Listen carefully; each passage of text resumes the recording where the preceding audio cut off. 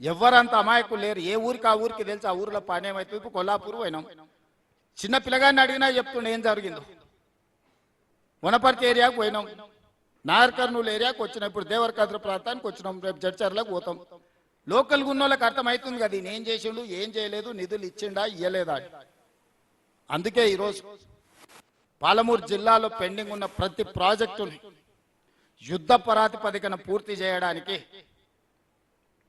అవసరమైన నిధులను ఏర్పాటు చేసుకోవడానికి, సేకరించడానికి ఒక పక్కా కార్యాచరణ కోసం క్షేత్రస్థాయిలో పర్యటన చేస్తున్నాము.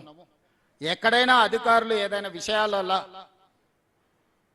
అటు ఇటుగా చెప్తే కూడా దాన్ని అర్థం చేసుకోవడం కోసం ప్రతిదీ ఈరోజు తిరిగి చూసుకుంటూ వచ్చి ఈ జిల్లాకు 26 లక్షల ఎకరాల నీళ్లు ఇవ్వడానికి అవసరమైన పనులను, నిధులను సంపూర్ణంగా సమకూర్చడానికి ఈ 2 రోజులు పని చేసినాము. ఈ 2 రోజులు తిరుగుతున్నాం.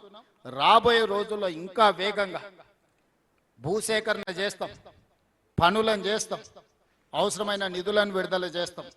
మీడియా మిత్రులకు కూడా నా సూచన, భూసేకరణ విషయంలో మీరు దయచేసి సహకరించండి. భూసేకరణ జరగకుండా ఈ పనులు పూర్తి కావు. భూసేకరణకు సంబంధించి రూపాయి ఎక్కువైనా ఇచ్చి వాళ్ళ సమస్యలను పరిష్కరించే పని మీద ఉన్నాము. అందుకే నిన్నమన్న మొదటి ప్రాధాన్యత కింద భూసేకరణకే మొట్టమొదటి నిధులన్నీ విడుదల చేస్తున్నాం. ఇంకొక 4000 ఎకరాల భూమి సేకరణ చేసేది ఉంది. ఈ 4000 ఎకరాల భూసేకరణలో మీడియా మిత్రులుగా మీరు సహకరించండి.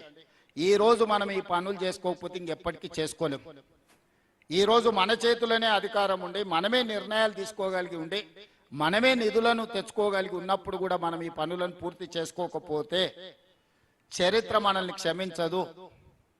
నేను సంపూర్ణంగా కట్టుబడి ఉన్నా ఈ జిల్లా ప్రాజెక్టులను అన్నిటిని పూర్తి చేయడమే కాకుండా ఈరోజు ప్రాజెక్టులు కట్టుకుంటే సరిపోదు, నీళ్లు నింపడానికి రిజర్వాయర్లు కూడా ఉండాలి. జూరాల 17.84 టీఎంసీల కెపాసిటీ ఉంటే ఈరోజు జూరాలలో నీటి నిల్వ 9 టీఎంసీ, దాదాపుగా 8.5-9 టీఎంసీలు ఆడ లేనే లేదు. మనం ఆ పక్కన గూడెం తోటిలో 15 టీఎంసీలు రిజర్వాయర్లో నీళ్లు నింపుకుంటే జూరాలలో నీళ్లు లేనప్పుడు దాని కింద ఆయకట్టుకు అవసరమైతే ఇక్కడ నుంచి అక్కడ మళ్ళీ నీళ్లు విడుదల చేసుకోవడానికి అవకాశం ఉంది. తుమ్మిల పూర్తి చేసుకుంటే అక్కడ రిజర్వాయర్ లేదు. రాబోయే రోజుల్లో ఎక్కడికక్కడ ఎక్కడ అవకాశం ఉన్నా తక్కువ భూసేకరణ, ఎక్కువ నీళ్లు నిల్వ చేసుకోవడానికి అవకాశం ఉందో ఆ పనులన్నీ పూర్తి చేసుకుంటాం. కర్ణాటక రాష్ట్రం బ్రిడ్జ్ కమ్ బ్యారేజీలు కట్టి కృష్ణా మీద, భీమా మీద చిన్న చిన్న బ్రిడ్జ్ కమ్ బ్యారేజీలు కట్టుకుంటే దాదాపుగా వాళ్ళు ఒక 100 టీఎంసీల నీళ్లు నిలబెట్టుకునే పరిస్థితి వచ్చింది. నిన్న మిత్రుడు సిఆర్ గారు, మేము కర్ణాటక మంత్రి భోజరాజ్ గారిని అందరినీ తీసుకొని ఈ సరిహద్దు మనకు కర్ణాటకకు ఈ బ్రిడ్జ్ కమ్ బ్యారేజీలు కట్టుకుంటే మనకు నీళ్లు నింపుకోవడమే కాకుండా గ్రౌండ్ వాటర్ పెరుగుతుంది. అత్యవసర సమయాలలో తాగునీరు కోసం మనం కర్ణాటకకి వెళ్ళి అడుక్కోవాల్సి వస్తుంది ఒకసారి నీటి కొరత ఏర్పడ్డప్పుడు. అందుకే ఈ బ్రిడ్జ్ కమ్ బ్యారేజీలు కట్టుకుంటే ప్రయోజనం ఉంటుందని దాని మీద కూడా ఈరోజు స్టడీ చేస్తున్నాం. తొందరలోనే సాంకేతిక నిపుణులతో చర్చించి కర్ణాటకలో అక్కడ కాంగ్రెస్ ప్రభుత్వం ఉంది, అక్కడ ముఖ్యమంత్రి గారితో ఉన్న సన్నిహిత సంబంధాలను కూడా వాడుకొని ఖర్చులలో కూడా కొంత వాళ్ళు మనం ఖర్చులు కొంచెం కలిసి పంచుకునేటట్టు, ఖర్చులు సగం సగం పెట్టుకుంటే నీళ్లు కనీసం 60%-70% మనం వాడుకునేటట్టు మనకున్న ఇబ్బందులు వివరించి చేయాలని ఒక కార్యాచరణ కూడా తీసుకున్నాం. అదేవిధంగా రిజర్వాయర్లు ఇప్పుడు ఆగిపోయిన పనులను పునరుద్ధరించి ఆ రోజు అడగోలుగా అంచనాలు వేసుకొని ఎట్లా పడితే అట్లా వేసి ఇప్పుడు నిజంగా కాంట్రాక్టర్లకు ఇవ్వాల్సి వచ్చినప్పటికీ మొత్తం పనుల స్వరూపమే మారిపోయింది.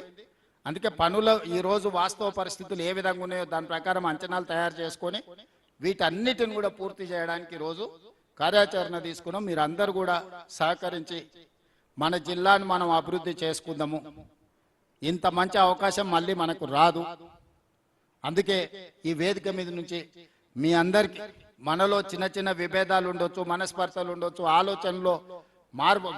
ఆలోచన విధానంలో వేరు ఉండొచ్చు, కానీ జిల్లా అభివృద్ధి విషయంలో మనందరం ఒక్కటిగా ఉండాలి. దయచేసి బీఆర్ఎస్ నాయకులు అని చెప్పుకునే వాళ్ళందరికీ నా సూచన ఒక్కటే, మీరు ఏం సాయం చేయొద్దా, మీరు మాట్లాడుకుంటుంటే చాలు. మీరు చేయగలిగిన పెద్ద సాయం కేసీఆర్కు ఊడిగడం చేయడం ఆపురు. ఆఖరి 6 నెలలు ఎన్నికలు వచ్చినప్పుడు చూద్దాం ఎవరు ఎట్లుంటారో, ఎవరు ఏమవుతారో, జిల్లా ఎవరి పక్షాన నిలబడుతుందో, ఇక్కడ రైతులు ఎవరితో ఉంటారో, విద్యార్థులు ఎవరితో ఉంటారో, ఈ జిల్లా ఎవరికి అండగా నిలబడుతో ఆ రోజు తేలుద్దాం. ఓ 2 సంవత్సరాలు కొంచెం మర్యాదగా ఉండడం నేర్చుకోండి అని చెప్పి ఏది పడితే అది మాట్లాడి పనులు జరగకుండా, భూసేకరణ జరగకుండా కాళ్ళలో కట్టెబెట్టే పనులను జిల్లా బీఆర్ఎస్ నాయకులు చేయొద్దని ఈ వేదిక మీద వాళ్ళందరికీ నేను విజ్ఞప్తి చేస్తున్నా.